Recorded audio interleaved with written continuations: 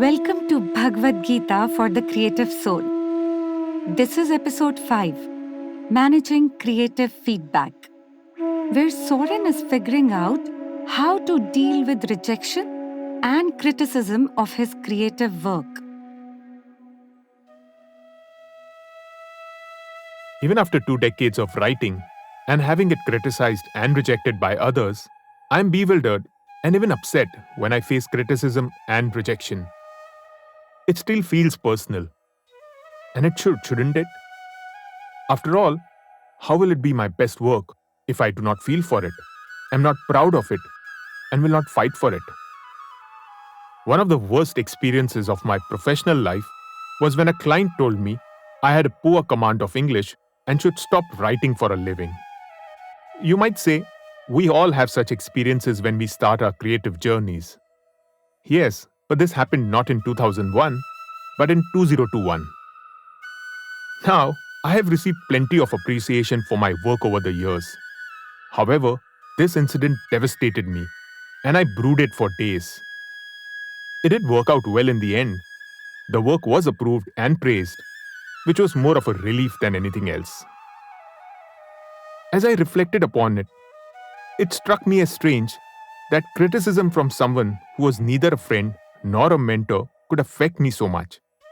And equally, I craved praise and validation from a stranger. Was this situation common among all creatives?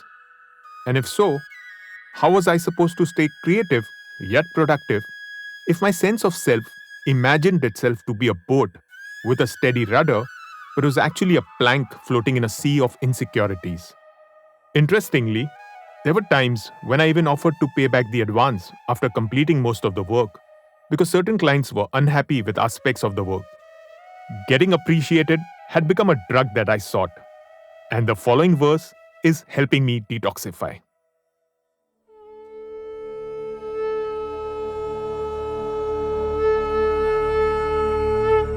Matra sparshastu kaunteya, शीतोष्ण सुख दुख daha, आगमा pi now Nitya, tam stitikshasva bharata.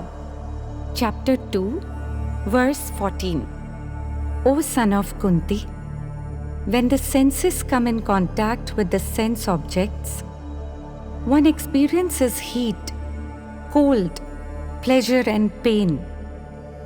Such experiences are temporary and impermanent like the changing seasons. So tolerate them patiently, O descendant of Bharat. What I got from the shlok is that both compliments and criticism are temporary and ultimately an illusion, and it is in my larger interest to stay balanced and composed when receiving them. Why? If I get affected by criticism, then I will focus less on the work in hand and more on what I could have done or should have said, becoming insecure and eager to avoid a similar situation during the next interaction.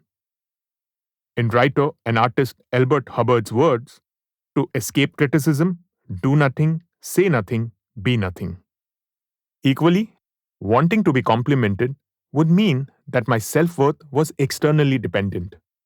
I would chase carrots rather than focusing on the task at hand, which was as much about writing for the client as it was about writing for the client's customers.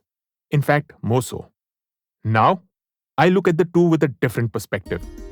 Rejections are like a speed bump that slows me down, but won't stop me as long as I keep moving.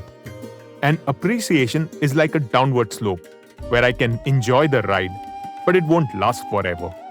And I still must keep my eyes on the road and my hands on the wheel. Thank you for your time and attention. The greatest gift you can give me.